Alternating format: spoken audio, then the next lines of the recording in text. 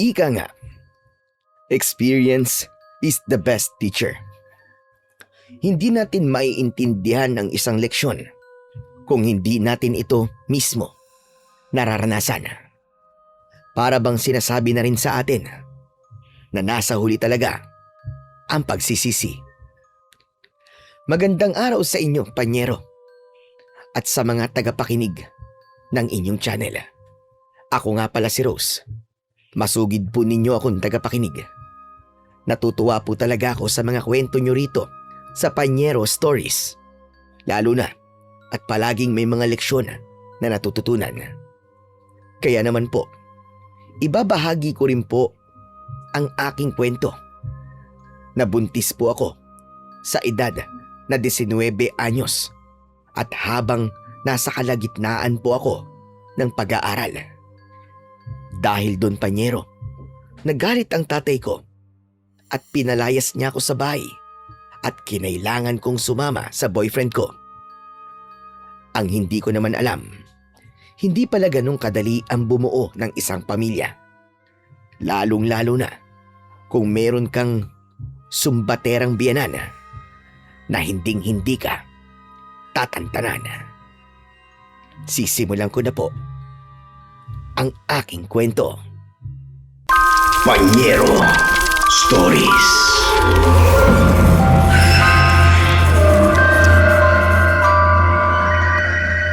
Naku naman, Daniel.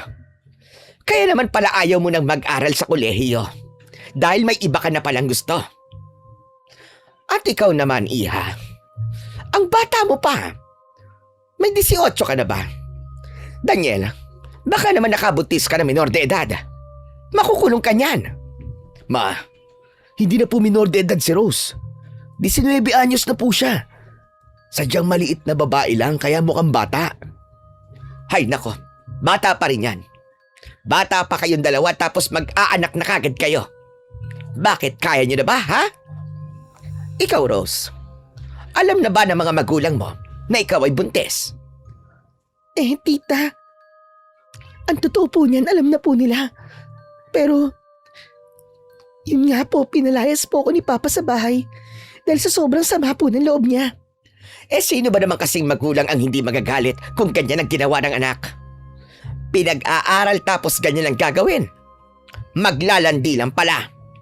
Ma, wag naman po kayong ganyan, oh. Alam niyo naman po na buntis po si Rose. Hindi ko naman pwedeng pigilan ang inis ko sa ginawa ninyong dalawa. Saan kayo titira ngayon? Ikaw, Daniel, wala ka namang regular na trabaho. Kaya mo bang buhayin ang magiging pamilya mo? Sige nga. Kaya nga po nandito kami sa harapan nyo, May. Makikiusap po sana kami sa inyo na kung pwede, dito nyo na po muna kami patirahin. Huwag po kayo mag-alala. Hahanap po kagad ako ng trabaho. Ano pa nga ba magagawa ko? Alangan naman pabayaan lang namin kayong maging pulubi. Ika nga nila, hindi mo malalaman ang pagkakamali mo hanggat hindi mo nakikita kung ano ang resulta. At bilang isang teenager na mapusok at puro damdamin palagi ang inuuna, nabuntis nga ako ng maaga, Panyero. Nasa legal na edad na ako nun, pero hindi ako dapat magkaanak dahil unang-una, pinag-aaral ako ng mga magulang ko at pangalawa, hindi pa namin kayang bumuhay ng bata. Pero dahil nangyari na, wala na kaming nagawa, kundi ang panindigan na lang. Tumira kami sa bahay ng mga magulang ng boyfriend ko. Kahit nakakahiya talaga. Kinapala na namin ang mukha namin, lalo na at wala naman kaming pagpipilian ng mga sandaling yon. Sinubukan ni Daniel na maghanap ng trabaho. Pero makalipas ang 1 buwan, hindi pa rin siya makahanap ng matinong trabaho. Mahal, wala ka pa rin bang nakukuhang trabaho ngayong linggo? Malapit na ang bayaran ng kuryente. Gusto ko sanang makihati tayo sa pagbabayad. Nahihiya na rin kasi ako kay Mama eh. Panay ang pagpaparinig sa akin. Ay naku, hayaan mo nga siya. Huwag mo siya pakinggan. Masyado mo naman kasing dinadamdam ang mga sinasabi sa ni Mama eh. Daniel, kung ikaw sanay ka sa mga masasakit na salitang sinasabi ng mama mo, ako hindi. At saka obligasyon nating magbigay ng ambag. Nakikitira lang tayo dito. Ano ba? Natalo tuloy ako sa nilalaro ko dito sa cellphone eh. Akala mo ba madali ang humanap ng trabaho, Rose? Ikaw kaya maghanap. Wisit na yan. Tiisin mo na lang ang mga sinasabi ni Mama dahil wala naman tayong pagpipilian sa ngayon.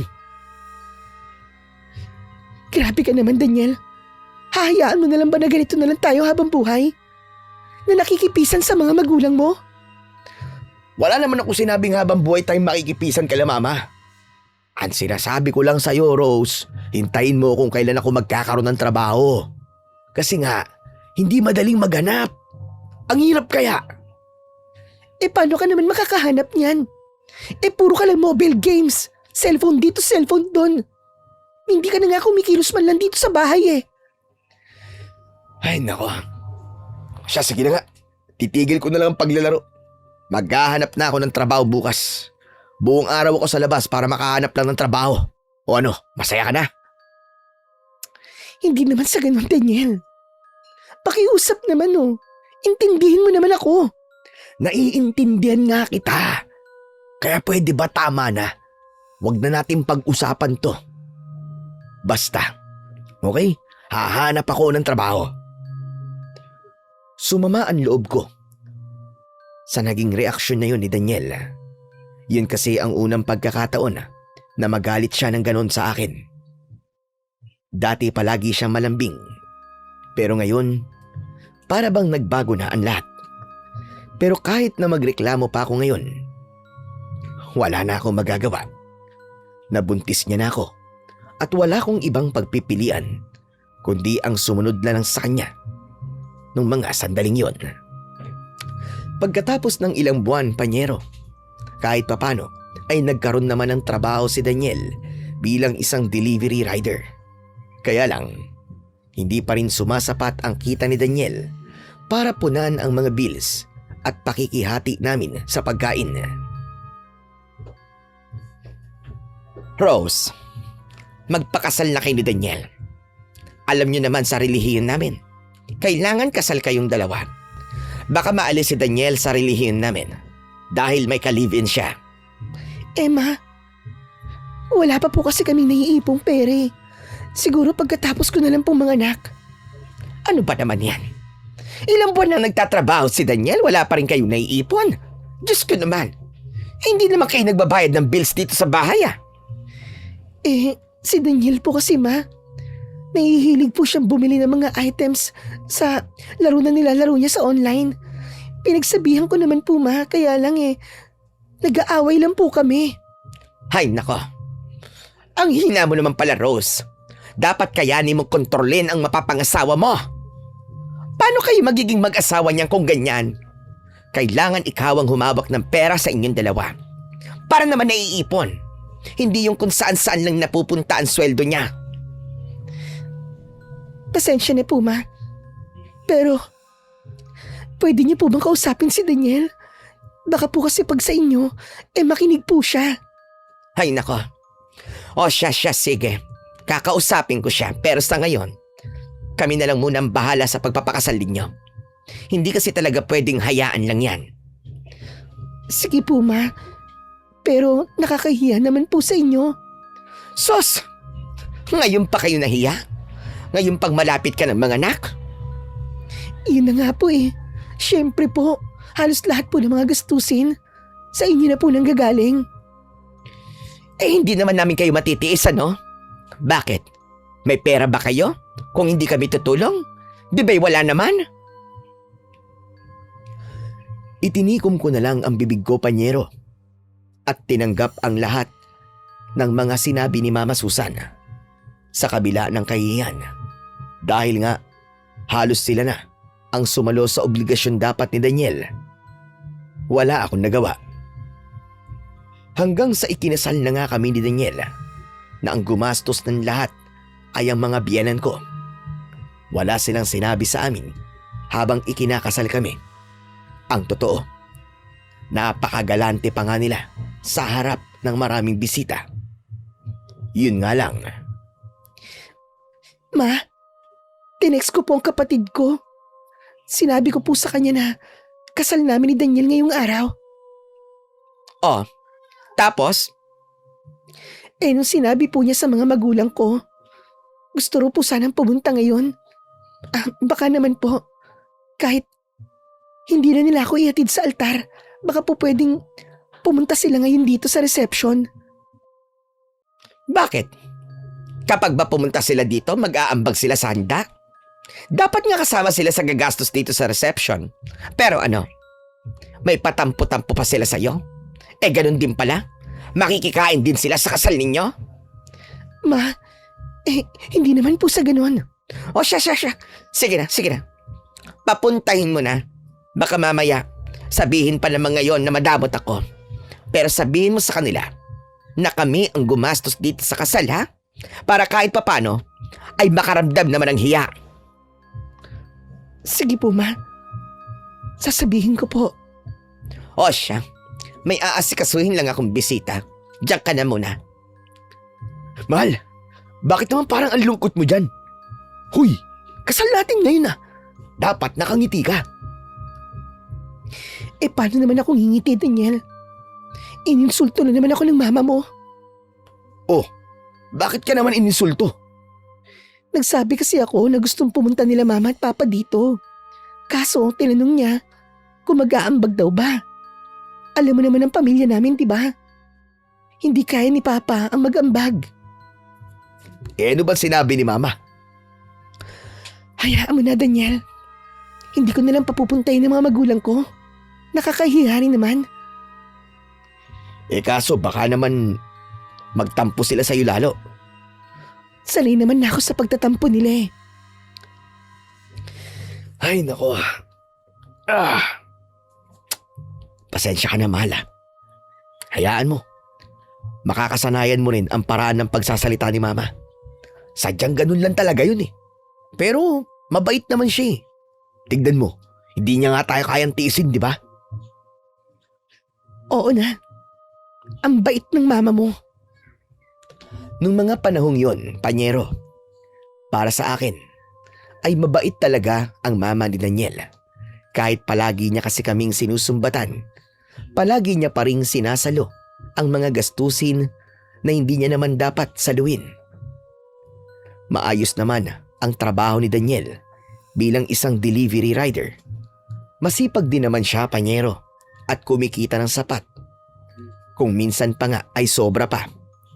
Kaya lang, marami siyang utang. Tulad na lang ng motorsiklo na ginagamit niyang pamasada. May computer set pa siyang binili para daw sa gaming niya at kung ano-ano pa. Ay salamat, patapos na ang hulugan ko sa computer set ko. Maganda yata kung bumili na rin ako ng magandang gaming chair. Ayos yun, kasi magagamit mo rin yun. Kapag lumabas na si baby, uupo ka doon habang pinapadede siya. Kaya lang, Daniel, wala pa tayong naiipong pera pambayad sa ospital kapag nanganak ako. Mas mabuti sanang unahin na muna natin ang pag-iipon ng pera. Ano ka ba, mahal? May 3 buwan pa bago ka manganak. Makakapag-ipon pa ako niyan para sa panganganak mo, maniwala ka. Ang kaso wala pa rin tayong mga gamit. Mas maganda kasi kung mag-iipon na tayo ng gamit para kahit papano, hindi tayo mahirapan. Ay nako, wala ka bang tiwala sa akin, Rose? Mahal naman, huwag kang mag-alala. Mapupunan ko ang lahat ng mga pangangailangan ni baby. Ako pa ba? Sige, wala naman ako magagawa, kundi maghintay na lang. Alam mo, imbis na magmukmuk ka lang dito sa bahay, mas mabuting maghanap ka ng trabaho sa online. Ayan yung computer ko. Kapag wala ko, gamitin mo. Ano namang makukuha kong trabaho sa online? Sus, marami. Yung kasamahan ko ng rider din eh. Yung asawa nun, ang ganda ng trabaho sa online eh. Naghanap-hanap lang siya, tapos yun, nakakita na. Kaya huwag kang mag-aksaya ng oras kakahintay na mga anak ka. Sige, susubukan ko. Sinubukan ko ngang maghanap ng trabaho sa sinasabi ni Daniel. Pero kadalasan sa mga yon, kailangan pa ng online course. Sinubukan kong humanap ng iba. Pero ang sabi ng mga napagtanungan ko, kailangan ko lang daw maging matyaga sa paghihintay dahil hindi daw agad-agad nakakakuha ng kliyente. Ano ba yan, Rose? Mula nung umalis kami kanina, kaharap mo na ang computer set na yan. Hanggang ngayon ba naman na nakauwi na kami, nandiyan ka pa rin? Ma, naghahanap po kasi ako ng trabaho sa online.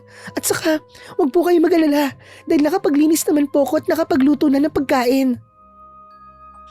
Ano bang trabaho online ang sinasabi mo, ha, Rose? May trabaho ba dyan? Meron po, ma. Marami na pong mga ino-offer na trabaho ngayon sa online. Kaya nga po naghahanap ako. Nagbabaka sakali lang naman po na baka makakuha po ko. O ano, kumusta? Nakakuha ka ba?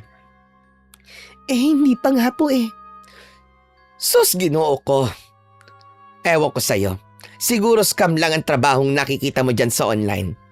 Nako, masyado kang ambisyosa at nagpapaniwala sa mga ganyan-ganyan. Nag-aaksaya ka lamang ng kuryente. Ma, si Daniel naman po nagsabi sa akin ng ganito. Yung asawa daw po kasi ng kasamahan niyang rider, ganito raw po ang trabaho. At naniwala naman siya. Kayo talaga. Ang babata niyo pa kasi. Kaya mabilis kayo mapapaniwala sa mga ganyan. Nagbabaka sakali lang naman po. Ang mabuti pa, kapag nakapanganak ka na, huwag niyo na munang susundan ang anak ninyo. Mag-aral ka ng vocational course para kahit paano makahanap ka ng trabaho.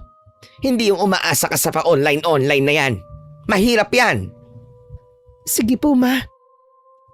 O siya, sige. Ano nga palang ulam ang niluto mo? Meron pong adobong manok dyan, ma. Hindi pa man ako nakakahanap ng trabaho sa online. Pinigilan na kagad ako ng biyanan ko.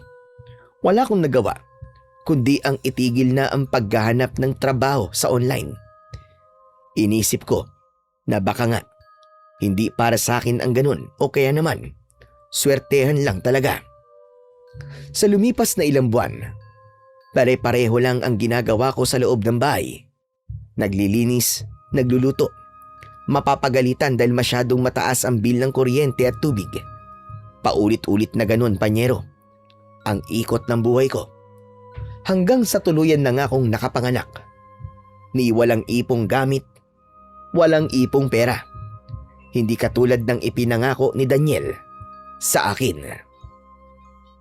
Daniel, ang sabi mo sa akin, ikaw ang bahala na mag-ipon ng perang pambayad sa ospital.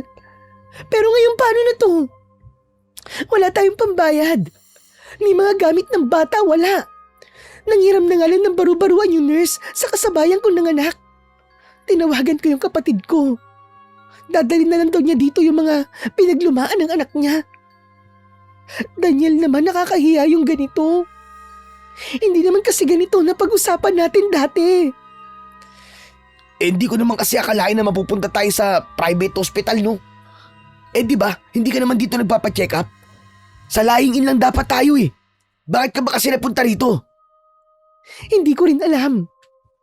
Sinabi ko naman sa mama mo na sa lying-in ako manganganak eh. Pero ang ginawa niya, inihatid niya ako rito sa ospital at sa private pa. Ang sabi niya, hindi raw ligtas dun sa lying-in. Kaya paano na yan? Baka naman kahit kalahati lang ng bill mabayaran mo, Daniel. Sabi sa akin ng kaibigan ko, 1,000 lang daw ang binayaran niya sa lying-in eh. Ano ka ba naman, Daniel? Ibig mong sabihin wala ka naipon? Saan pala napupunta ang mga kinikita mo kung ganun? Ba't mo ba hinahanap ang pera ko? Nakakakain ka naman ah.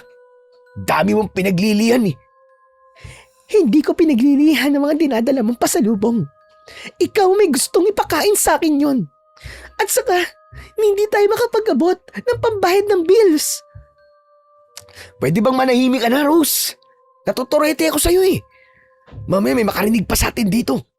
Ikaw yung bunganga mo talaga kahit kailan walang pigil eh. Ano na nga gagawin natin dito? Si Mama ang nagdala sa'yo rito. Kaya gagawa niya ng paraan ng pambayad dito. Huwag ka mag-isip ng kung ano-ano. Ibis na matuwa tuloy ako na lumabas na ang baby natin eh. Nabibwisit pa ako sa mga sinasabi mo eh. Ano pa nga ba magagawa ko? Nandito na. Ikaw kasi, Daniel eh. Kahit nakakahiyang humingi ng tulong sa biyenan ko, wala akong magawa kundi ang lunukin na lang ang kahihiyang nararamdaman ko. Kasalanan ko rin naman ang lahat ng ito. Hindi ko masasabing hindi ko ginusto dahil nasa hustong edad na ako nang magpabuntis ako kay Daniel Pañero. Kaya noon, wala akong nagawa kundi ang lunukin na lang ang lahat.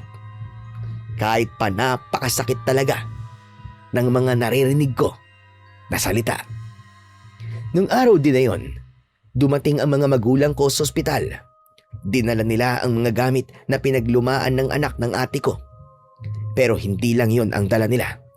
May pasalubong din at mga bagong gamit na hindi ko inaasahang bibilihin nila. Pa, akala ko po hindi niyo na po ako mapapatawad. Pasensya na po kung nadismaya po kayo sa akin. Pasensya ka na rin, anak. Kung natiis kita ng ganito katagal. Alam mo naman, di ba, kasi na malaki ang pangarap ko sa'yo. Kaya sobrang lungkot ko nung nabuntis ka. Inisip ko na kailangan mo matuto sa buhay, kaya lumayo na muna kami sa'yo. Pero sa ngayon, anak, ito tatandaan mo, ha? Hindi pa katapusan ng mundo. Hindi pa katapusan ng buhay mo. Kaya sana ngayong nanganak ka na, subukan mong mangarap ulit, ha? Opo. Opo, Papa. Siya nga pala. Nasaan ba ang biyanan mo? Siguro po paparating na po yun. Oh, sino ang mga ito? Ma. Ito nga po pala mga magulang ko. Si Papa Samuel at saka si Mama Rosita. Magandang hapon, Balae. Pasensya ka na at ngayon lang kami nagpakita sa inyo. Kayo pala mga magulang ni Rose. Bakit nga pala kayo nagpakita kung kailan nakapanganak na siya? Mas mabuti kasi na lumayo sa kanya para matuto siya sa buhay kasama ang anak mo na ngayon ay asawa na niya. Hindi pwede na kami ang pumasan ng obligasyon nila pareho. At sa tingin mo, natuto naman kaya sila? Hindi pa nila kaya. Buong pagbubuntis nitong si Rose, kami ng asawa ko ang sumalo. Dahil wala naman silang matitirhan. Wala namang mga tinapos sa mga batang ito. Tapos, inaasahan mo matututo? Ganun ba yon? Teka nga lang. Ibig mo sabihin, imbis na turuan mo ang anak mo na dalhin na magiging pamilya niya, ikaw ang sumalo ng mga obligasyon niya, ganon? Ano pa bang magagawa ko? Wala naman silang tinapos sa buhay at walang kapera-pera. Yung anak ko, nakahanap ng trabaho bilang delivery rider. Pero magkano lang naman ang kinikita niya? Halos hindi pa nga makapag-abot ng pambayad ng kuryente at tubig. Kaya pati ang pagpapacheck up ng anak mo, kami ang sumasalo. Hindi man lang kayo nangumusta. Ngayong nanganak na, bigla kayong nilitaw? Hindi mo obligasyon ang kunin ang obligasyon ng anak mo, Balae. Ngayon, hindi ko naman kasalanan na binubuhat mo sila kahit hindi naman dapat. Anak mo to. Hindi mo siya obligasyon? Nasa legal na edad siya at may asawa na. Obligasyon na siya ng asawa niya. Nasaan ba kasi ang asawa niya, ha? At ako mismo ang kakausap sa kanya. At anong gagawin mo? Aawayin mo ang anak ko? Hindi ko siya aawayin, Balae. Kakausapin ko lang siya ng masinsinan para naman matuto siyang tumayo sa mga paa niya. Hindi pwedeng puro lang siya asa sa inyo. Abay, mahirap yung ganun. Anong magagawa mo kung wala nga siyang pera? Pag-hold upin mo? Ganon? Ang balak ko dyan sa mga batang yan ay pag-aaralin ko. Pag-aaralin mo pa sila? Kahit may mga anak na? Abay, oo naman. Bakit? Hindi ba sila pwedeng mag-aral kahit na may anak na sila? Hindi naman sinasabi kong hindi pwede. Pero prioridad na nila ngayon ang bata. Pera ko naman ang gagamitin eh. Kung hindi ko gagabayan ng mga batang yan, natural na malulugmok at mamumulubi ang mga yan. Bahala ka sa kung anong gusto mong gawin. Anak, simula ngayon, huwag kang mahihiyang tumawag sa amin ng mama mo kung kailangan mo kami, ha? Sige po, Papa. O siya, aalis na kami. Kainin mo mga prutas na ibinigay ko sa'yo para lumakas ka kagad. Opo. Maraming salamat po, Papa. Kitang-kita ko sa mga mata ni Papa ang matinding inis sa biyenan ko. Pero imbis na makipagtalo pa sa biyenan ko, pinili na lang nilang umalis. Pinili nila na manahimik. Bagay na palagi nilang ginagawa. Simula, bata pa lang ako.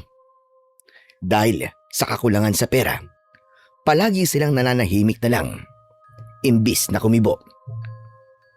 Pagkaalis ng mga magulang ko, nakaramdam na kagad ako ng lungkot. Saglit ko lang silang nakausap, ni hindi man lang ako naging masaya nang makasama ko sila. Umalis na ang mga magulang mo. Ni wala man lang iniwang perang pambayad ng bill. Ako na lang talaga ang aako, no? Ito mga prutas, Diyos ko! Magkano lang ba ang mga ito kumpara sa babayaran kong bill dito sa ospital? Emma, kakausapin ko na lang po si Daniel na hulug-hulugan pong ipambabayad niyo rito sa ospital. Saan naman makakakuha ng pambayad yon, Aber? Alam ba kung magkano ang bill mo rito? Higit 100,000. Ano po? Emma, sobrang mahal naman po ng bill dito. Normal lang naman po ang panganganak ko ah. Aba syempre, naka-aircon ka. Naka-private ka pa na kwarto. At sobrang pag-aalaga sa'yo ng mga nurse at doktor dito. Ma, dapat po kasi sa lahing ina lang po ako ng anak. Mura lang naman po doon eh. Tsaka maayos naman po doon. Mura nga, pero mumurahin mo rin ang mga kumadrona doon. Eh kung mapahamak pa ang magiging apo ko, sige nga. Eh di mas magiging malaking gastusin pa yon. Hay nako, hayaan mo na. Kung makareklamo ka para namang ikaw ang magbabayad dito. Pero sinusumbat niyo naman po sa akin. Anong sinabi mo? Ha? Wala po ma. Wala po. Siya nga pala. In-enroll ko si Daniel sa vocational course. Kailangan niyang mag-aral para sa kinabukasan ninyong pamilya. Kailangan kasi ang kursong yon para makapag-abroad siya. Ikaw naman, sikapin mo na wag mabuntis ulit, ha? Dahil masisira talaga ang buhay niyo kapag hindi pa man din maayos ang buhay niyo. Magdadagdag ka na naman ng anak. Opo ma. Oo nga pala, nakalimutan ko. Pinadala na sa akin ng nurse ang form para sa birth certificate ng bata. Gusto ko sana na ang pangalan niya ay Susie para kapangalan ko. Pero ma, napag-usapan na po namin ni Daniel kung ano po ang pangalan ng bata. At bakit? Hindi ba maganda ang Susie? Maganda naman po. Sige po ma. Yun po ang ipapangalan ko sa kanya. Pakiramdam ko, wala akong ibang pagpipilian habang nasa poder kami ng mga magulang ni Daniel. Lahat na lang ay may masasabi ito. Lahat ng bagay sila ang nasusunod, Panyero. Ultimo, kung ano ang kursong kailangan naming kunin. Kung kailan kami ulit pwedeng mag-anak. Kung ilang anak at kung ano-ano pa. Lahat ay dinidikta niya. Hanggang dumating ang araw ng birthday ng anak namin. Excited na excited pa naman ako dahil pinag-ipunan ko pa ang birthday niya. Nagtabi ako ng pera mula sa mga ibinibigay ni Daniel na pang merienda raw namin. Kaya lang. Ayan, ang ganda-ganda talaga ng baby Susie ko. Happy birthday anak. Sisiguraduhin ko na ito ang best day ever mo. Yun lang. Hindi nagse-celebrate ng birthday ang relihiyon namin eh. Kaya hindi tayo maghahanda para kay Susie. Ha? Pero kawawa naman ng bata kung hindi siya magse-celebrate ng birthday. Diba alam mo, kahit na mahirap lang ang pamilya namin, pinipilit ng mga magulang ko na magluto ng pansit at cake para sa araw ng birthday namin.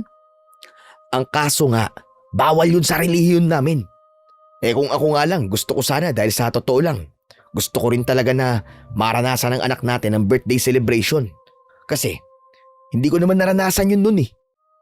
Pero sila mama kasi. Ay nako, ano pa nga bang magagawa ko? Palagi na lamang bang ganito, Daniel? Susunod na lang tayo sa lahat ng mga gusto nila. Wala man lang tayong sariling desisyon para sa anak natin. Mahal. O siya sige. Ganito na lang. lalabas na lang tayo para dun sa labas mag-celebrate ng birthday ni Susie. Hindi kasi talaga pwedeng dito sa bahay eh. Mapapagalitan lang tayo ni Mama. O sige, baka kahit papano mas maging masaya ang bata kung ipapasyal natin siya. Nagbihis na nga kami at naghanda para umalis ng bahay. Ang totoo, Panyero, mas lalo akong na-excite dahil matagal-tagal na rin simula nung nakapamasyal ako. Pero ang lahat ng excitement ko ay bigla na lamang nawala nang papaalis na sana kami. Pero pinigilan kagad kami ng biyenan ko. Oh, ano ito? Anong meron? Bakit bis na bis yata kayo mag-anak? Saan kayo pupunta? Ma, mamamasyal lang po sana kami. Hindi pa po kasi nararanasan ni Susie ang mamasyal eh. Mamamasyal? Talaga lang ha? Magse-celebrate lang kayo ng birthday ni Susie. Yun ang sabihin mo. Mama naman, huwag niyo naman pong bigyan ng kahulugan ng simpleng pamamasyal namin ng pamilya ko. Hindi ko naman dapat questionin yan eh. Kung hindi lang saktong araw mismo ng birthday ni Susie. Hindi dapat mas angat si Susie kaysa sa Diyos. Ang pagbe-birthday ay ibig sabihin lang na pinaparangalan niyo si Susie. At saka, may kaugnayan yan sa pagkamatay. Eh kung mamatay si Susie dahil sa pagse-celebrate niyo ng birthday na yan, ha? Sige nga. Mama naman, magkaiba kasi ng paniniwala sila Rose sa atin. Sana irespeto na lang po natin yun, Ma. Hindi naman kami magse-celebrate eh, mamamasyal lang po kami. Ganun na rin yun. Kung gusto ninyo mamasyal sa ibang araw na lang, hindi yung susuway kayo sa utos ng Diyos para lang sa pansarili niyong kaligayahan. Para din naman po sana sa kaligayahan ng bata. Ipapasyal lang po namin, Ma. Hindi pa niya maaalala yung mga pinaggagawa ninyo. Kaya tumigil kayong dalawa, ha? Manahimik kayo rito. Imbis na lumabas-labas pa kayo. Pero Ma… Mahal, hayaan mo na. Sa ibang araw na lang tayo mamasyal. Sobrang nalungkot ako para sa anak ko, Panyero. Ang totoo, gusto kong umiyak dahil nararanasan ito ng anak ko kahit hindi naman dapat. Alam ko naman, Panyero, na hindi niya pa maaalala dahil 1 taon pa lang siya.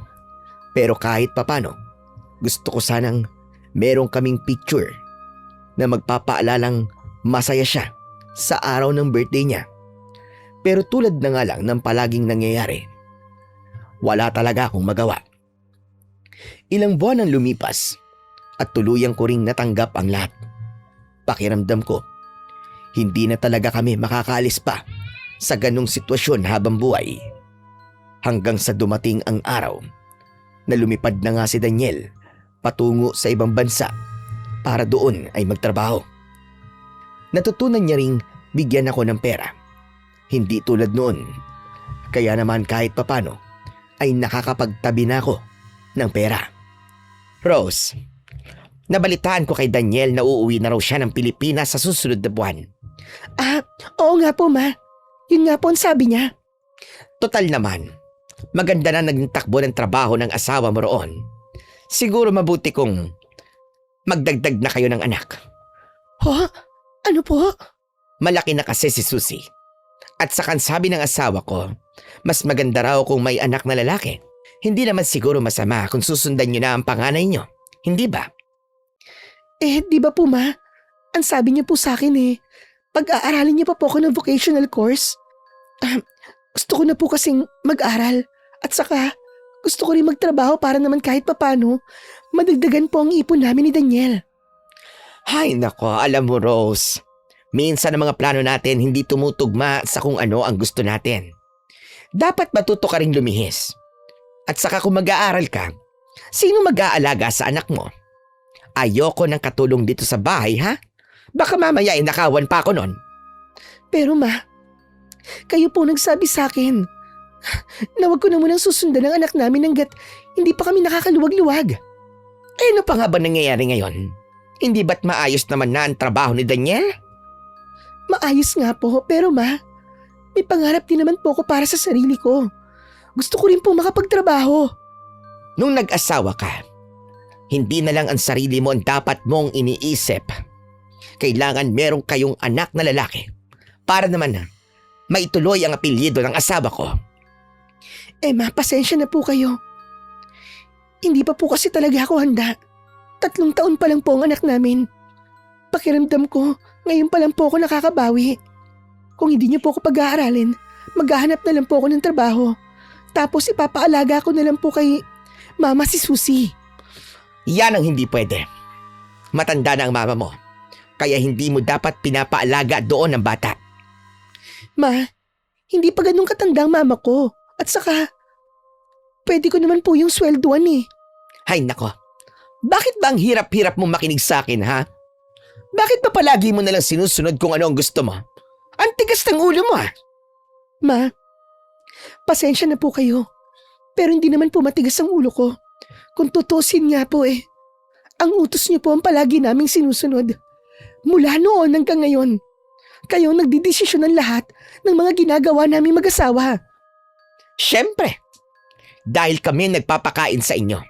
Kami ang nagbabayad ng mga bills na dapat kayo ang nagbabayad. May bubong din kayong natitirhan. Bakit? Pinababayaan ba namin kayo? Titira na nga lang kayo rito sa bahay, ang dami mo pang reklamo. Susunod ka na nga lang sa mga inuutos ko sa'yo. Hindi mo pa masunod. Ma, may buhay rin naman po kami. Wala na po ba talaga kaming kalayaan dito? Dahil lang kayo nagbibigay ng pera sa amin? Abat natural. Anong gusto mo? Kami na nga nagpapalamon sa inyo tapos kami pa ang susunod sa mga gusto nyo? Rose, kakapalan na ng mukha ang tawag dyan.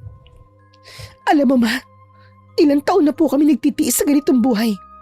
Sa tingin ko po, mas maigi na yung humiwalay na po kami sa inyo. Nakakatawa kang bata ka. Pagkatapos ng lahat ng mga itinulong namin sa inyo, aalis ka na lang bigla? O sige, tawagan mo si Daniel at ipaalam mo ang desisyon mong yan sa kanya. Tignan lang natin kung papayag siya. Papayag po yun ma. Dahil alam niya kung gaano na po katagal na nagtitiis sa ganitong buhay. Hindi ako makapaniwala na nasabi ko ang lahat ng yun sa biyenan ko, Panyero. Ang totoo, medyo nag-alangan pa ako kung tama ba ang mga nasabi kong yun. Kung dapat ba, tumahimik na lang ako at kinimkim ang lahat ng sama ng loob ko. Pero sa kabilang banda, Panyero, naisip ko rin na sumusobra na talaga siya. Na hindi niya dapat pinakikialaman ang lahat ng bagay tungkol sa amin kahit pa sila ang nagpapakain sa amin ng ilang taon. Hindi ko na muna tinawagan si Daniel dahil sa sobrang sama ng loob ko sa biyenan ko. Minabuti kong mag-impake na kagad ng mga gamit para umalis. Pumunta ko sa bahay ng mga magulang ko at doon ay ikiniwento ko kung ano ang mga nangyari. Sa wakas, pagkatapos ng ilang taong pagtitiis, naisumbong ko na rin ang lahat ng mga gusto kong sabihin. Sinasabi ko na nga ba? At ganyan talaga ang benan mo eh. Nakausap ko lang siya ng 1 beses. Ayoko na kagad siyang makasalamuha. Masyadong matapobre. Akala mo naman talaga napakayaman. Mabait naman po siya eh. Binibigay niya po ang lahat ng mga pangangailangan namin na hindi pa pumapunan ni Daniel. Kaya lang po pagkatapos nun, isinusumbat niya rin po lahat. Mabuti sana kung bato ako na walang pakiramdam. Hindi mabait ang tawag doon, Rose. Masama ang ugali. Gusto lang niyang ipamukha sa inyo na mabait siyang tao sa pamamagitan ng pagbibigay sa inyo ng mga pangangailangan niyo. Kumbaga, plastic. Yun ang tawag doon. Ganun po ba yun? Abay, oo. At saka, hindi man lang niya kayo iniisip. Para bang tinuturuan kayong umasa sa kanila. Paano kung mamatay siya? Di wala na kayong aasahan. Papa naman, wag naman po kayo magsalita ng ganyan. Totoo naman yun eh. Ngayong humiwalay na kayo sa biyenan mo, matututunan nyo na rin tumayo sa sarili nyong mga paa. Lalo na yung asawa mo. Marunong naman na po si Daniel, Papa. Nagbibigay na po siya ng pera sa akin. Ang tanong, kung dadagdagan niya ba ang binibigay niya sa oras na mangupahan na kayo? Sana nga po, Pa. Yung asawa mo kasi, nararamdaman kong kaugali niya ang mama niya. Pero pakiramdam lang naman yun. Sana, hindi ito totoo. Siya nga po pala, Papa. May alam po ba kayong mga upahang bahay? Yung malapit lang po sana dito at saka po, kakapalan ko na po ang mukha ko ha. Pwede po bang ipaalaga ko kay mama si Susie? Gusto ko na po kasi talaga magkaroon ng trabaho. Ay naku, walang problema sa amin yan anak. Sanay naman ang mama mo sa pag-aalaga ng bata. Dahil inaalagaan din niya mga pamangkin mo noon.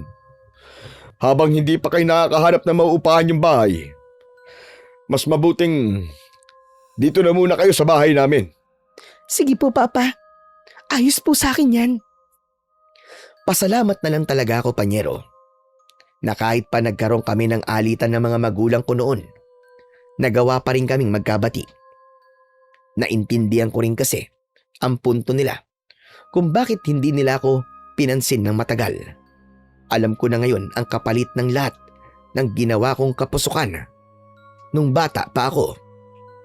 Kinagabihan nga rin nung araw na yon, nang makatulog na si Susie, sakto namang tumawag sa akin si Daniel. Mahal, ano ba ito nabalitaan ko kay mama? Bakit lumayas daw kayo ni Susie sa bahay? Hindi ba sinabi sa ni Mama ang dahilan? Ang sabi niya sa akin, bigla ka na lang daw umalis ng bahay. Galit na galit ka raw dahil lang may nasabi siyang hindi mo nagustuhan. Hindi totoo yung sinabi ng mama mo. Di ba ang usapan natin ay mag-aaral ako at magtatrabaho? Pero ang sabi niya sa akin, magpabuntis na ulit ako kapag bumalik ka na rito. Paano ako makakapag-aral ulit kung magpapabuntis ako sa'yo? Mahal, sana di mo nalang pinatulan si mama. Alam mo naman yun, di ba? Saka, ano namang masama kung magpapabuntis ka ulit sa akin? Tama naman si mama na dapat sundan na natin si Susie habang bata pa tayo. Kailangan may anak tayong lalaki para naman may magdadala ng apelido ko. Pero bata pa naman ako, Daniel. Bata pa naman tayo, yung anak. Pwedeng dumating yan sa susunod na ilang taon. Pero yung pagkabata ko, hindi. Gusto ko rin maranasang makatapos ng pag-aaral. Gusto ko rin maranasang makapagtrabaho. Kaya Daniel, pagbigyan mo na ako, please. Kung ganun, kailan mo balak masundan si Susie? Bigyan mo ako kahit 5 taon pa. Gusto kong makarecover man lang sa buhay ko.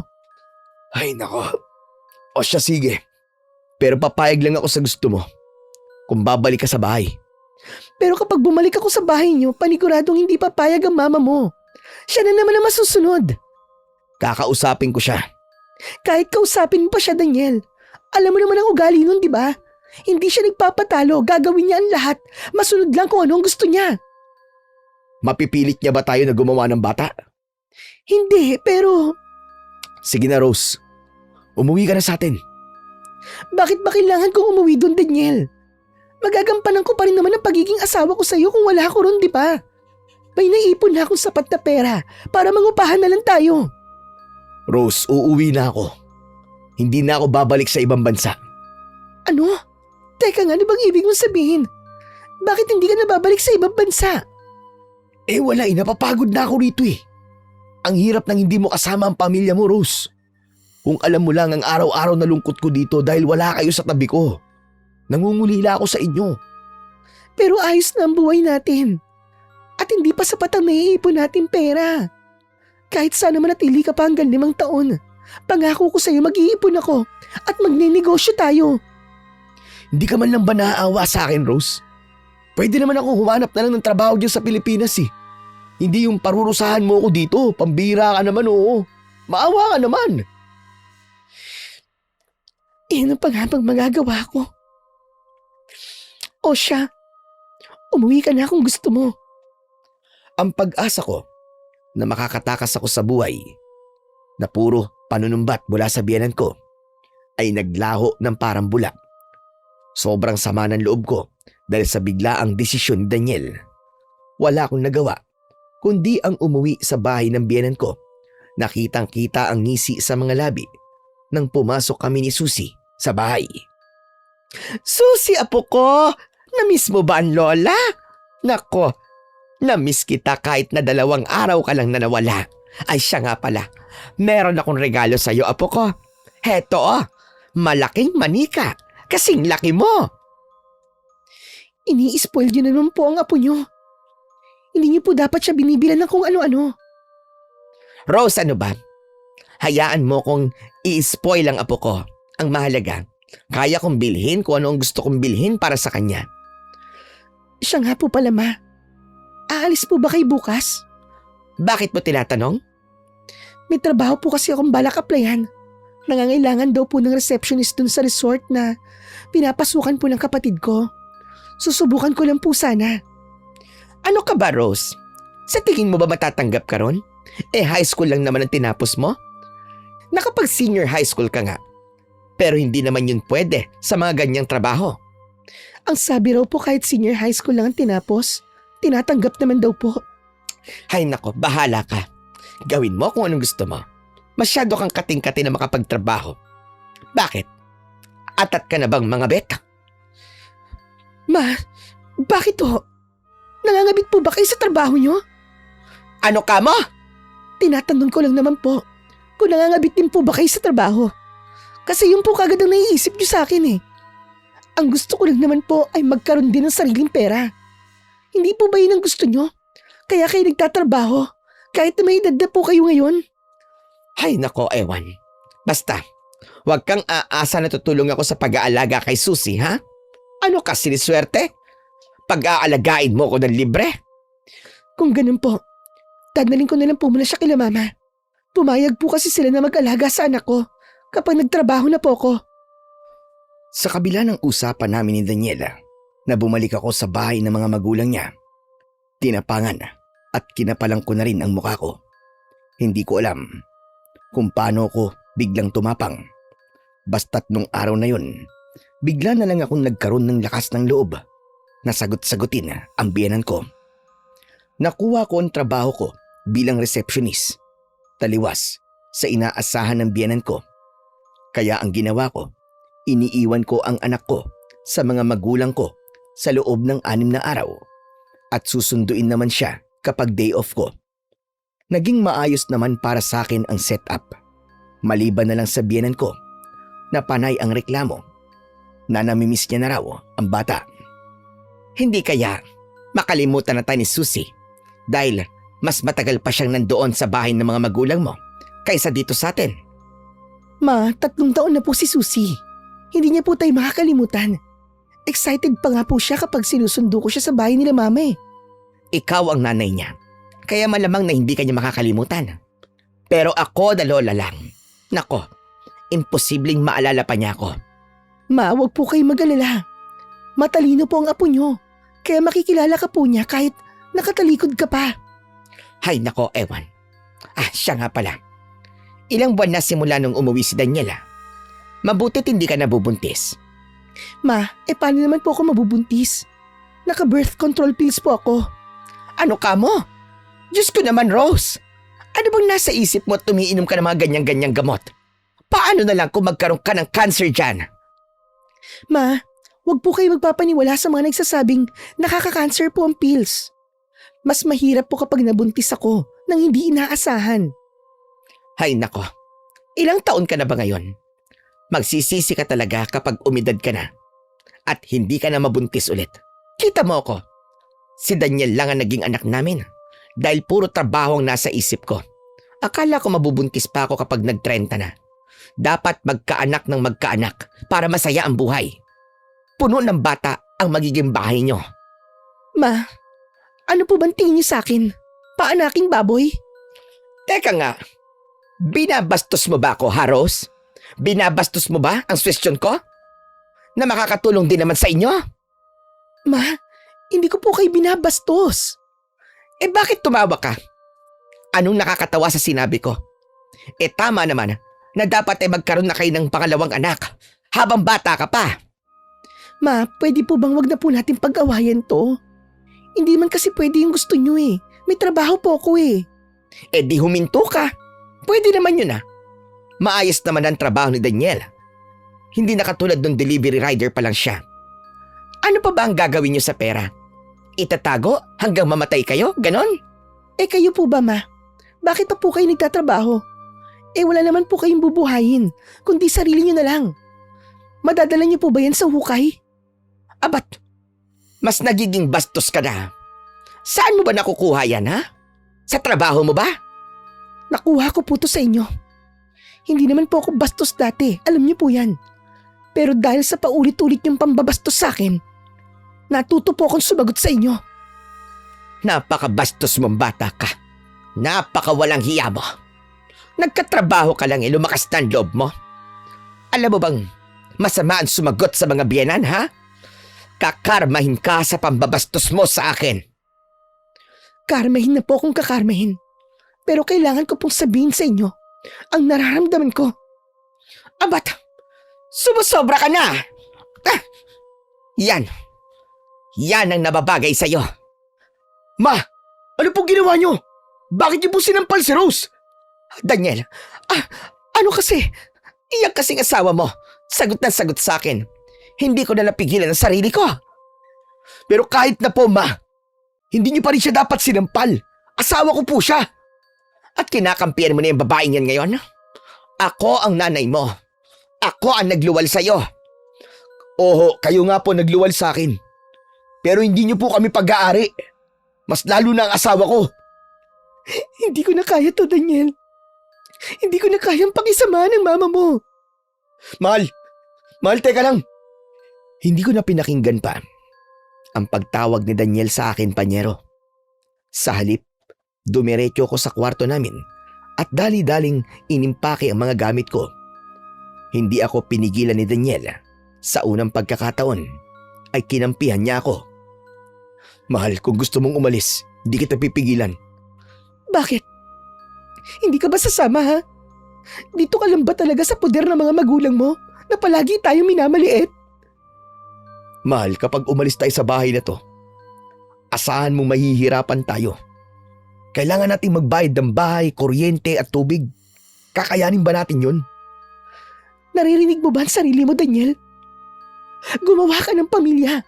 Kaya dapat gumawa ka ng paraan para buhayin ng pamilya natin nang hindi ka humihingi ng tulong sa mga magulang mo. Ngayon kung ayaw mo sumama, di wag. Basta't aalis na ako dito. At hindi na ako babalik dito kahit kailan. Mahal, sandali lang naman. Pag-isipan muna natin to. Kahit anong pakiusap ni Daniel sa akin, panyero, hindi ko siya pinagbigyan. Kaya wala siyang nagawa, kundi ang ihatid ako sa bahay ng mga magulang ko. Doon kami natulog nung gabing yon. Pero kinabukasan ay umuwi kagad si Daniel. Ang usapan namin ay babalik siya at maghanap kami ng mauupahang bahay. Dahil ang sabi niya, hindi niya kayang malayo sa amin. Sa tingin mo ba, anak, kayang lumayo ng asawa mo sa mga magulang niya? Hindi po ako sigurado pa. Ang totoo nga po niyan. Ilang beses ko na po siyang kinausap na bumukod po kami ng bahay. Pero palagi niya po kasing inaalala ang mga gastusin. Ay nako, sa tingin ko, kakausapin ka pa rin yan at pipiliting wag nang bumukod. Lalo na at sulsul ang nanay niya. Bahala na po siya pa. Kung ano man po maging desisyon niya, nasa kanya na po yun. Pero ako po, hindi na po magbabago ang desisyon ko. Sigurado ka ba talaga, anak? Kasi nung nakaraang ganyan ka rin eh. Bumalik ka pa rin. Sigurado na po ako ngayon pa. Pagod na po ako na palagi kaming sinusumbatan. Na palaging pinipilit na gawin ng mga bagay na hindi naman namin gusto. Yung bang parang dinidiktahan. Ultimo birthday ng anak ko hindi pwedeng i-celebrate. Gusto pa akong gawing paanaking baboy. Grabe. Ibang klase rin talaga ang biyenan mong yan, no? Kakaiba po talaga. Napakalupit niya. Anak, sana naman hindi na magbago ang isip mo. Hindi naman sa sinusulsulang kita, no? Pero natutuwa ako na kaya mo nang ipaglaban ang gusto mo. At alam mo na rin kung ano ang tama at mali. Kaya nga po ipipilit ko to pa. Hindi na po ako bata para sulsulan at manduhan ng manduhan. Maraming salamat din po pa. Kung hindi dahil sa inyo, baka isip bata pa rin po ako hanggang ngayon. Hindi talaga natututo ang isang tao kapag hindi mismong nasaksiyan ang dapat niyang natutunan. Ika nga, experience is the best teacher. Aba, may paganyan-ganyan pa kayo ngayon pa, ha? Pinanindigan ko ang desisyon ko, panyero. Kahit ang totoo, tama si Papa na talagang pinipilit ako ni Daniel na manatili pa rin sa bahay ng biyenan ko. Ilang linggo niya rin akong pinipilit hanggang sa makahanap na nga ako ng sariling mauupahang bahay na malapit sa bahay nila Papa. Ang liit naman ng bahay na to, mahal. Iisa lang din ang kwarto at nakikita ng kusina mula sa bintana. Ito lang ang pasok sa budget ko, Daniel. At saka tama na to para sa aming dalawa ni Susie.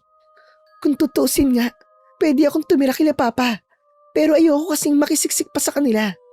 Mas mabuting may sarili akong bahay. Mahal, anong kailan dalawa ni Susie? Siyempre kasama ako sa inyo, no? Kung gusto mong tumira dito, kailangan mag-ambag ka rin sa mga gastusin at bayarin. Siyempre naman, di naman pwedeng pabayaan kitang sumalo ng lahat ng responsibilidad. Ibig sabihin ba nito? Handa ka na sa kung ano man ang pwedeng mangyari sa atin habang nakabukod tayo? Kasi wala na talaga akong balak na bumalik pa sa bahay ng mga magulang mo, Daniel. Oo na. Ano pa nga bang magagawa ko? Saka, mabuti na nga rin talaga na wala nang nakikialam sa atin, di ba? Hindi nga talaga namin pinagsisihan ang pagbukod ng tirahan, Panyero. Malaya naming magawa ang lahat ng mga gusto namin. Walang nanunumbat at walang nagdidikta sa mga kilos namin. Ang ganda na sana ng buhay namin sa loob ng 3 buwan. Hanggang sa bigla na lang tumawag si Mama Susan kay Daniel. Yun nga lang, ako ang nakasagot. Daniel, ano na nangyayari ha? Hindi mo pa rin ba nabubuntis siyang si Rose para naman makabalik na rin kayo dito sa bahay? Diyos ko naman, sinisira ng babaeng yan ang buhay ninyo. At saka, doble-doble na ang gastos ko. Nagbabayad na ako rito sa bahay tapos nakikihati pa ako dyan sa inyo. Ibig pong sabihin, hindi si Daniel ang nakikihati ng bayad sa upa at bills dito sa bahay namin, kundi kayo po.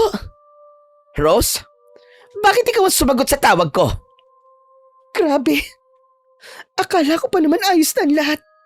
Akala ko, totoong tinutulungan ako ni Daniel sa mga bayarin.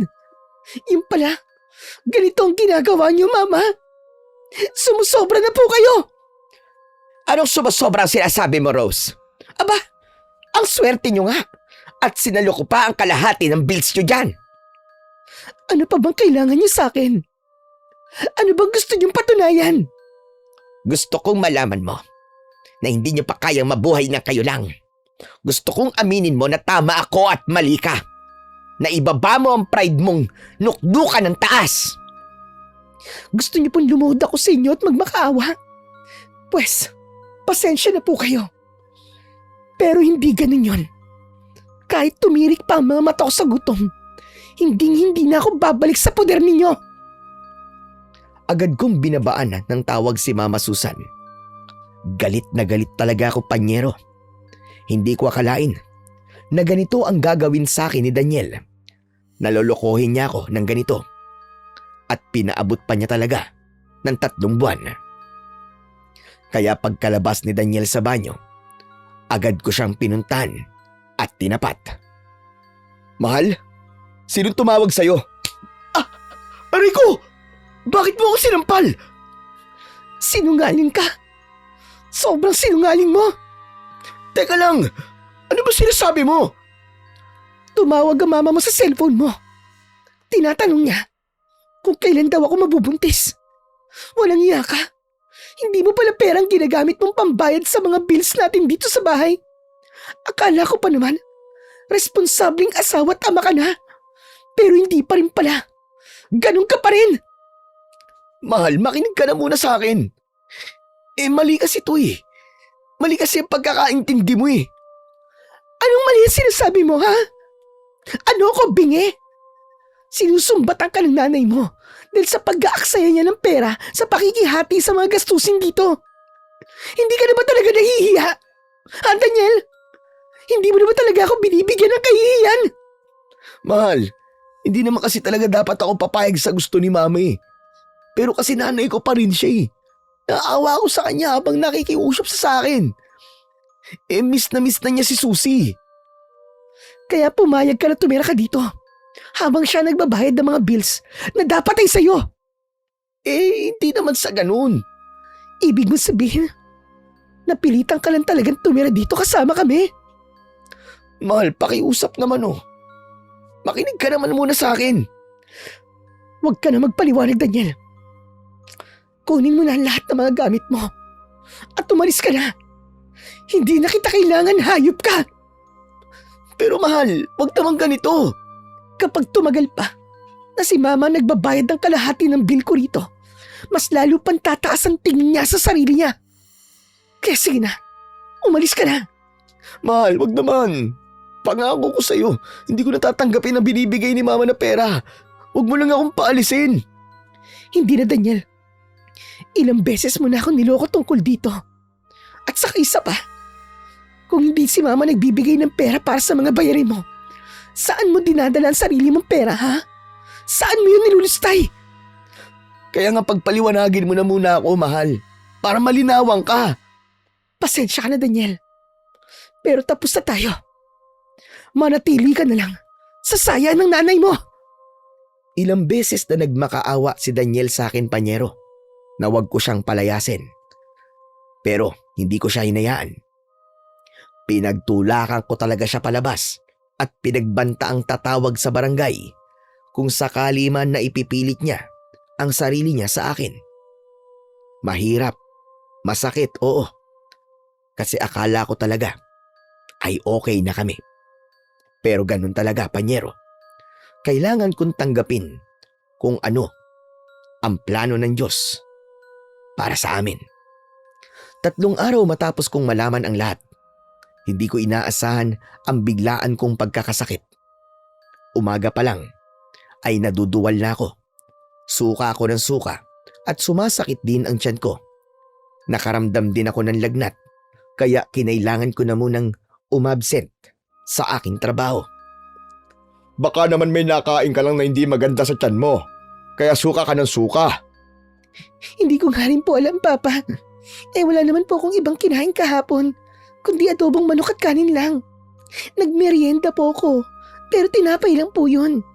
Baka naman hindi magandang tinapay ang nabili mo. O kaya naman luma na ang manok. Maayos pa naman po ang lasa nung kinain ko. Pero baka nga po, Papa. Kasi, sobrang sakit po talaga ng tiyan ko.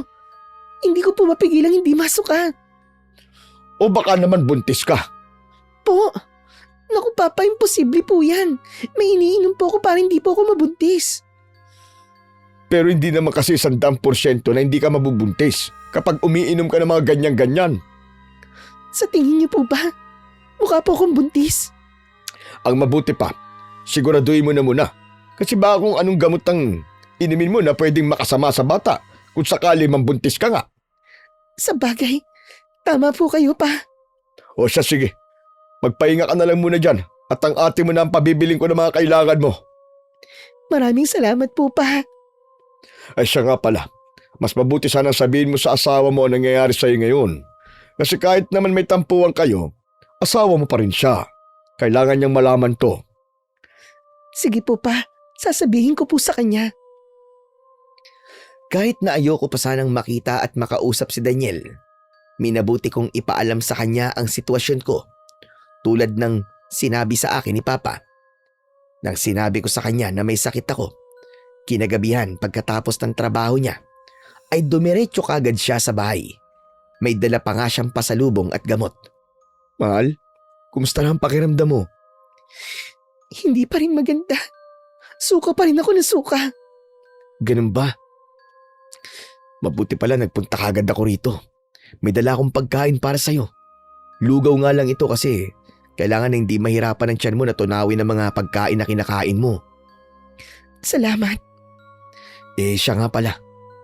Inalam mo na ba kung buntis ka? Ano bang resulta? Awa ng Diyos. Negative naman ang lumabas. Ay, ganun? Bakit? Sayang ba? Huwag kang mag-alala, Daniel. Dahil kahit nabuntis ako, hindi na ako babalik sa bahay niyo. Mahal, hindi maganda na sobrang taas ng pride mo.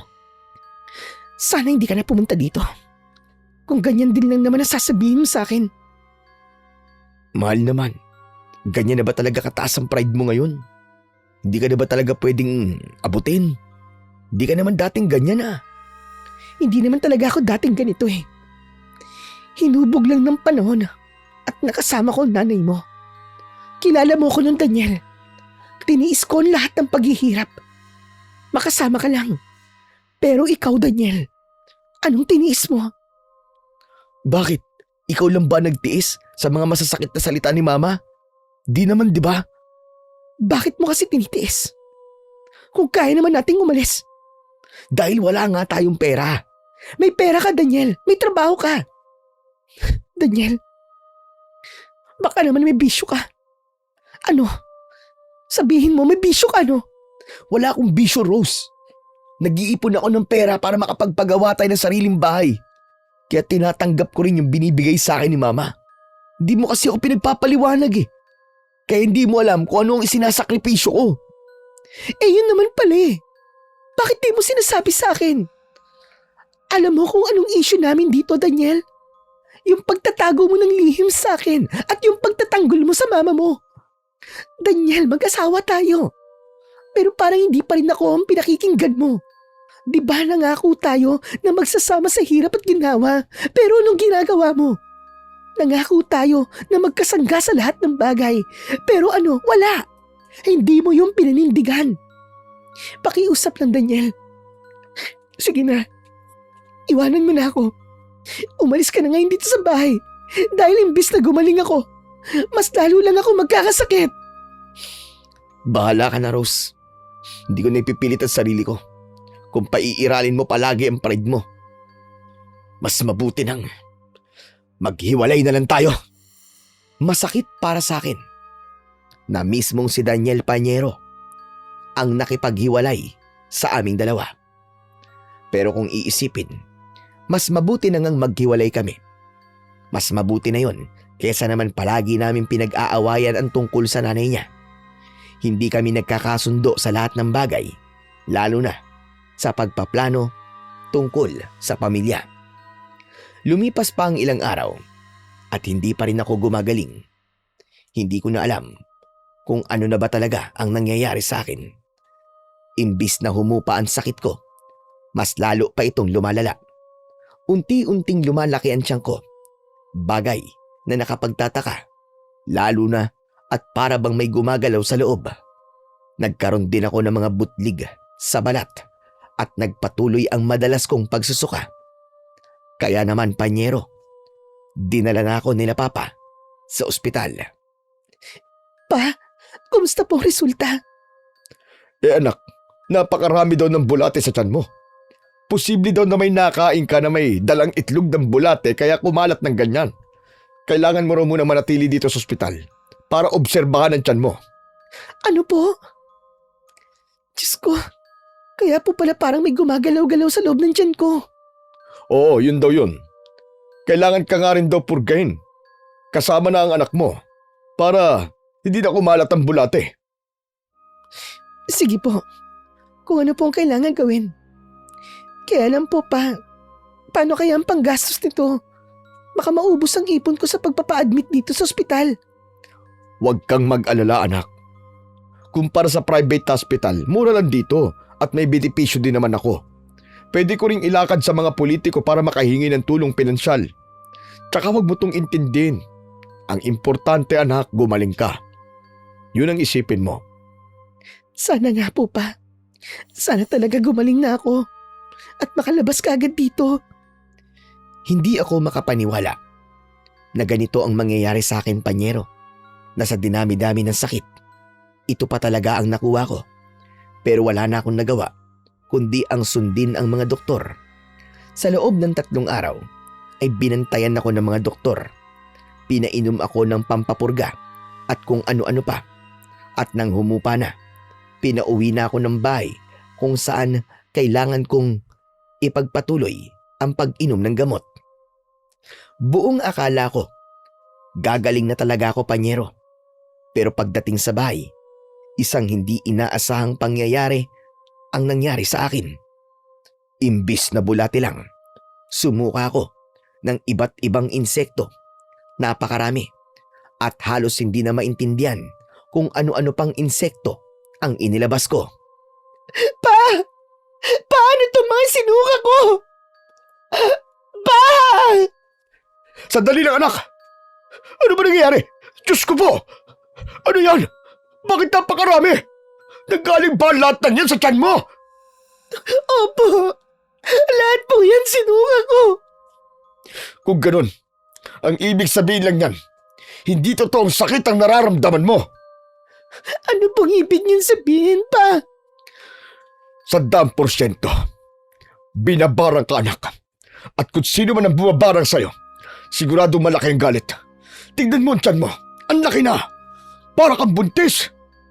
Ano pong gagawin ko pa? Baka mamatay po ako. Huwag kang mag-alala, anak. Hahanap tayo ng magaling na albularyo na pwedeng tumulong sa'yo. Wala naman po akong masamang ginagawa. Wala naman po akong masamang ginagawa. Sino naman po kaya mambabarang sa akin? Alam mo, anak, malakas ang pakiramdam ko na ang biyenan mo ang may kagagawa nito. Pero bakit po? Bakit naman niya ito gagawin sa akin? Dahil gusto niyang mawalan ka ng trabaho. Tapos magmamakaawa ka na naman sa kanya na tulungan ka. Ganun ang gusto niya mangyari. Grabe naman po siya. Kung gagawin niya talaga yan pa. Parang napaka-demonyo na po nun. Eh, demonyo naman talaga ang biyenan mo eh. Ano pa bang inaasahan mo? Hindi kagad ako naniwala kay Papa Panyero. Ang totoo, iniisip ko pa rin na hindi kayang gawin ng biyenan ko ang ganong klaseng kasamaan. Kasi wala naman akong ibang maisip na taong pwedeng gumawa nito sa akin. Hanggang sa dinala na nga ako ni Papa sa isang mahusay na albularyo. Ito, ayan. Taba ang hinala nyo. Nabara nga ito. Diyos ko, kahit kailan hindi ko naisip na mababarang ako. Eh, ganyan talaga. Kapag may taong galit sa'yo, iha. Eh, tatang, pwede niyo po bang malaman dyan sa resulta ng pagtatawas niyo kung sino ang bumabarang sa anak ko? Abay, oo naman, siyempre. Eto, tingnan nyo maigi. Yan, bilog ang mukha niya. May katabaan at medyo kulot. Tapos parang nasa higit 50 anyos na. Posible bang may nakaaway ka na ganitong edad? Hindi niya yan nakaaway. Biyenan niya po yan. Anak ng 7 kambing. Ang mga biyenan talaga, oo. Kadalasan talagang gusto sila ang reyna sa lahat. Pero ibang klase ang biyenang ito. Umabot sa puntong pagkukulam ng sariling manugang. Ay, Diyos ko. Ano ba naman iyan? Palibasa, gusto niyang kontrolin ng anak ko, tatang. Kaya ganyan siya. Mabuti sana kung kinokontrol niya ng hindi siya nanunumbat. Baka katanggap-tanggap pa yun. Pero hindi. Napakasumbatera. Ultimo mga maliliit na bagay ay sinusumbat pa niya. Nako, mabuti naman pala at tatauhan itong anak mo. O siya, iha. Handa ka na bang magamot? Opo, tatang. Gamutin niyo na po ako pakiusap. Pero ganito, kailangan mo tiisin ito, iha. Dahil napakasakit nito at talagang nakakadire. Dahil lalabas ang lahat ng mga insektong inilagay sa'yo ng biyenan mo. Opo, titiisin ko po. Basta't gumaling lang po ako. Agad nagsimula ang albularyo sa panggagamot sa akin, Panyero. Hinaplasan niya ng mainit na langis ang balat ko. Hinilot niya ang tiyan ko na ngayon ay lumulobo na talaga sa laki. Para akong 3 buwang buntis. Maya-maya pa, pinainom ako ni tatang ng isang likido na sobrang asim at anghang. Sa sobrang tindi ng lasa, ay talaga namang napasuka ako nito. Isang timba ang sinahod sa harap ko para lang masalo ang napakaraming insektong lumalabas sa bibig ko. O ano? Ha, iha? Kumusta pakiramdam mo? Wala ka na bang maisuka?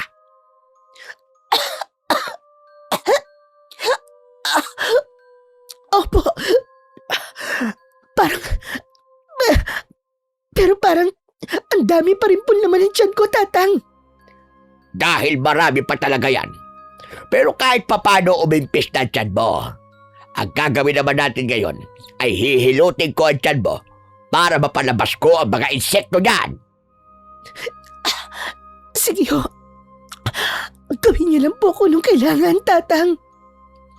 Nang humupa na ang pagsusok ako, iniangat ni Tatang ang laylayan ng damit ko at muling nilagyan ng langis na mainit sa balat. Dahan-dahan niya itong hinilot, paangat, hanggang sa maramdaman ko na para bang may gumagalaw sa tiyan ko. Ilang beses niyang hinilot ang tiyan ko, hanggang sa muli niya akong pinainom ng likido na pinainom niya sa akin kanina. Paulit-ulit natin gagawin to hanggang sa tuluyan ang maubos sa mga insekto niya sa tiyan mo. Kaya ko hinihilot ay para gumalaw ang mga insekto. Naipon na kasi sila sa loob. Sobrang sakit po ng lalamunan ko, Tatang. Gawa po nitong iniinom ko. Pasensya ka na, Iha. Pero kailangan mo tiisin ang lasa niyan para gumaling ka. Abay, epektibo yan, maniwala ka. Tiniis ko ang lahat. Ilang oras din akong sumuka ng sumuka. Hinihilot niya ang tiyan ko at pinapainom ng maasim at maanghang na likido. Hanggang sa tuluyan na ngang nakalabas ang huling insekto na nasa tiyan ko. Hinang-hina talaga ako, panyero. Pagkatapos, pero pakiramdam ko ay naginhawahan ako ng gusto. Hindi pa tapos ito, Iha. Kailangan pa kitang hilutin sa buong katawan habang dinadasalan.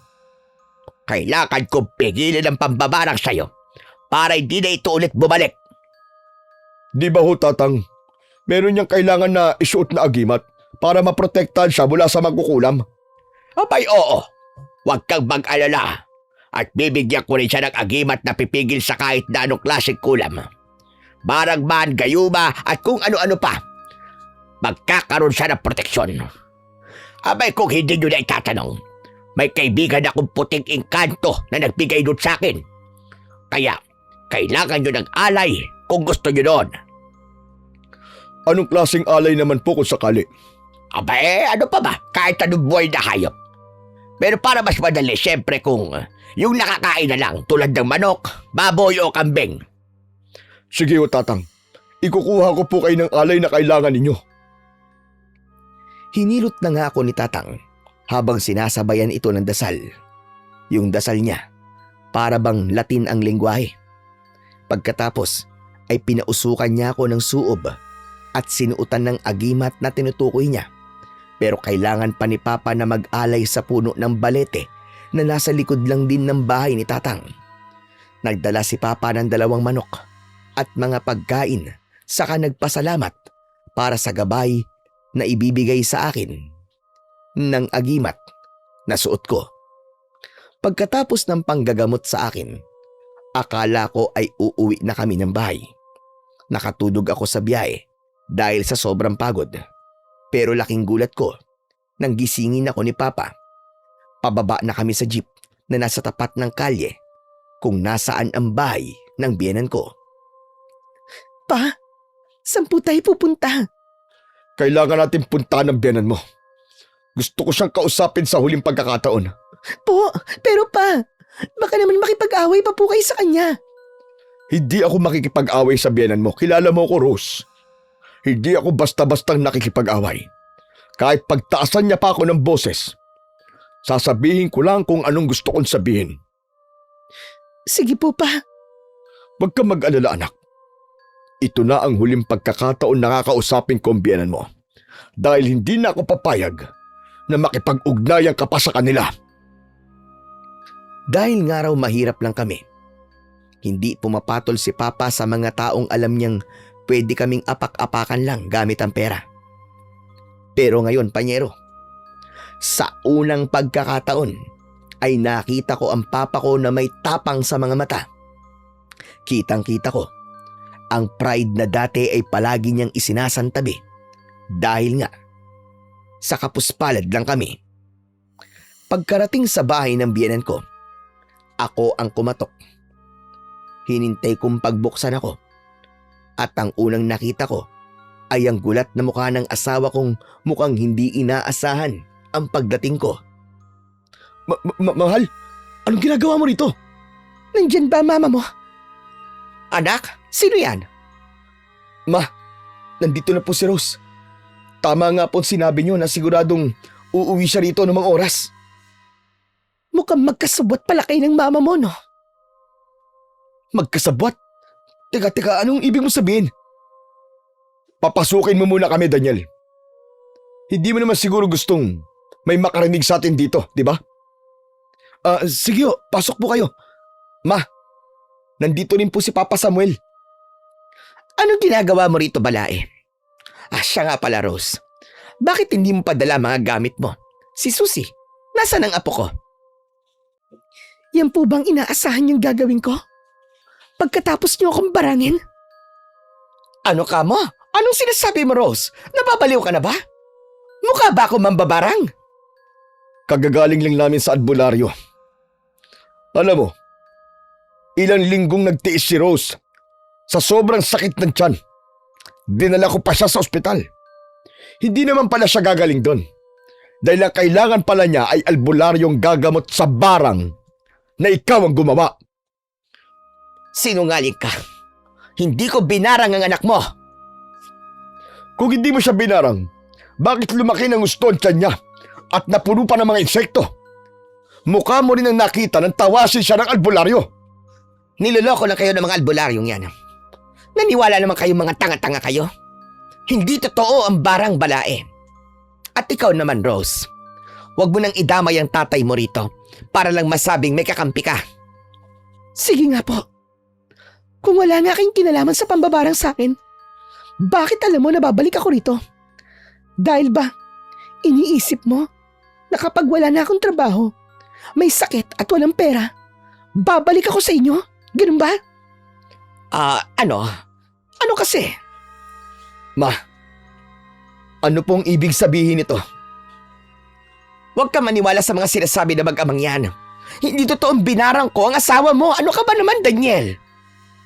O sige, hindi na totoo kung yan ang gusto mong ipapaniwala sa anak mo. Sigurado rin naman ako na maniniwala siya sa'yo dahil wala siyang paninindigan. Pa, huwag naman po kayong ganyan, pa. Hindi kami pumunta rito para patunayan kung gaano kasama ang nanay mo. Nandito kami, Daniel, para pagbantaan siya. Tama ang naririnig mo, Susan. Ito na ang una't huling beses na ipagtatanggol ko ang anak ko sa'yo. Hindi na ako umaasang magbabalikan pa ang anak ko at ang anak mong iresponsable. Ang gusto ko na lang ngayon ay ang lubayan mo na ang anak ko at apo ko. Tigilan mo na ang pagkontrol sa kanila. At lalong-lalo na huwag mong susubukang barangin ulit ang anak ko. Dahil sa oras na ginawa mo pa yon, lintik lang ang walang ganti. Sisiguraduhin kong pati sa mga mata mo, may lalabas na uod. Abat, napakayabang mo naman. Tara na, anak. Hindi na dapat tayo nagtatagal sa impyernong bahay na ito. Hoy! Ang kapal ng mukha ninyong pagbantaan ako! Pinalamon ko yung visit mong palamuning anak ng ilang taon! Ako nagbihis sa kanya noong mga panahong tinakwil mo siya! Ako nagbayad sa panganganak niya sa ospital! Kaya wag na wag mo akong pagbabantaan! Hayop ka!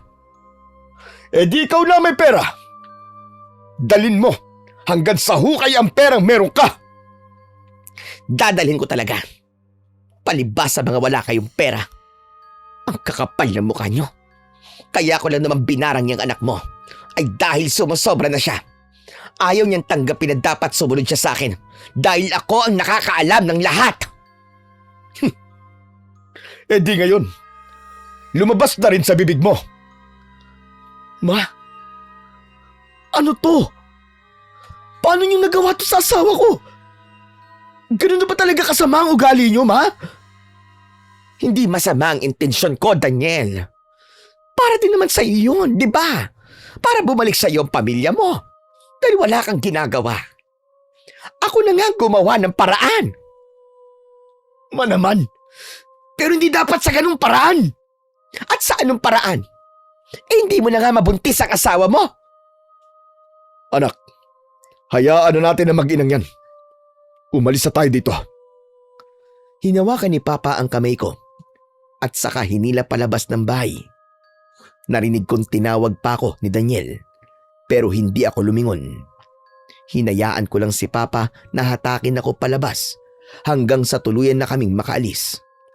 Hinayaan ko siyang diktahan ako sa pagkakataong ito. Simula nung araw na yon, Panyero, ilang beses akong sinuyo-suyo ni Daniel. Ilang beses siyang nagmakaawa sa akin at humingi ng tawad para sa kamaliang nagawa ng mama niya. Pero hindi ko siya kagad pinatawad. Para sa akin, walang kapatawaran ang ginawa ng mama niya. Mahal, pakinggan mo naman ako. Huwag naman sana tayo humantong sa paghihiwalay. Mahal na mahal kita eh. Mahal ko kay ni Susie. Kayo ang mundo ko, mahal. Daniel, kung ginagawa mo lang ang pagmamakaawa na ginagawa mo ngayon dahil gusto mong bumalik tayo sa dati, pues pasensya ka na. Pero kahit na anong sabihin at gawin mo, wala na. Buo na ang desisyon ko. Wala naman talaga akong kinalaman sa pambabarang na ginawa sa'yo ni Mami. Kung alam ko lang na ginawa o gagawin niya yun, syempre pipigilan ko siya. Maniwala ka naman sa akin, mahal. Kilala kita, Daniel. Sa loob ng ilang taong pagsasama natin, alam ko na sinusuyo mo lang ako kasi gusto mong patawarin kita. Tapos pag maayos na tayo, babalik ka na naman sa sitwasyon natin dati. Hindi na mangyayari yun, promise. Hindi na ako nakikinig kay Mama at wala na rin akong pakialam sa pera niya. Tama ka, mahal. Kailangan ako mismo ang sumalo ng obligasyon ko at hindi si Mama. Kung gusto mong magbago, magbabago ka. Hindi mo kailangan patunayan kagad ngayon. Kasi sa ginagawa mong pagmamadali, pinapakita mo lang na hindi ka talaga handang magbago. Ano pa bang kailangan kong patunayan? Ilang linggo na nga kita sinusuyo eh. Isipin mong maigi, Daniel. Hindi ka nga nagsusustento eh. Tapos gusto mong balikan na kita kagad. Hindi na. Tapos na tayo, Daniel. Paulit-ulit kong sinasabi sa kanya na kung paano na lang ang anak namin kung namatay ako dahil sa pambabarang na ginawa ng mama niya. Hanggang sa tuloy na siyang sumuko sa panunuyo sa akin, Panyero. At sa halip ay minabuti niyang magbigay na lang ng sustento para sa anak naming dalawa. Nung una, akala ko'y hindi na talaga kami magkakausap pa hanggang sa bigla siyang dumating sa bahay. Rose, gusto sana kita makausap kahit saglit lang. Hindi na to tungkol sa pakikiusap ko sa'yo na patawarin mo ko o si Mama. Gusto ko lang na magpaalam ng maayos. Ano ba kasing sasabihin mo sa akin? Bakit kailangan mo pa magpaligoy-ligoy? Sige, hindi ko na pahabain pa. Bala kong bumalik ulit sa ibang bansa. Mabuti naman kung ganun. Kahit pa paano, magiging maayos ang buhay mo. Oo. At saka kapag nasa malayo na ako, di na kita magagawang kulitin. Di ba? Iyon naman ang gusto mo. Mabuti naman at alam mo. Pasensya ka na, Rosa. Habang magkaiwalay tayo, napagtanto ko ang lahat ng pagkakamaling nagawa ko sa'yo. At yun nga, tama ka. Kaya dapat lang sa akin na lumayo sa'yo. Sa inyo ng anak natin. Hindi ko inihiling sa'yo na balikan ako. Pero nangangako ko na aayusin ko ang sarili ko para sa anak natin. Kung ganun, good luck sa magiging buhay mo sa ibang bansa. Marami din ako natutunan sa'yo, Daniel. Medyo marami nga lang din na naging trauma. Mga trauma na nagpatibay ng loob ko hanggang sa kung gaano na ako kalakas ngayon. Maswerte ang anak natin dahil nagkaroon siya ng nanay na may panindigan tulad mo. Sana balang araw, Rose, maging kasing tatag mo rin ako. Ang totoo, nasaktan din talaga ako nung umalis si Daniel. Hindi naman kasi agad-agad na maaalis ang nararamdaman kong pagmamahal sa kanya. Kahit sa kabila ng masasakit na pinagdaanan namin, naroon pa rin ang Daniel na dati kong minahal, na sinamahan ko sa hirap at ginhawa. Panyero, makalipas nga po ang 2 taon, umuwi si Daniel sa Pilipinas para kasamang i-celebrate ang moving up ng anak naming si Susie. Hindi man kami nagkabalikan, masasabi kong maganda ang naging outcome ng co-parenting namin. Wala na po kaming planong magbalikan at hindi ko na rin po yun iniisip pa. Tungkol naman po sa biyenan ko, hindi ko alam kung karma bang maituturing ang nangyayari sa kanya ngayon. Pero nagkasakit po siya sa bato at hindi lang yun bastang sakit. Naging cancer na po. Siguro po, hanggang dito na lamang po ang aking kwento. Naway, may natutunan po ang inyong mga tagapakinig sa aking kwento. Hanggang sa muli, Panyero.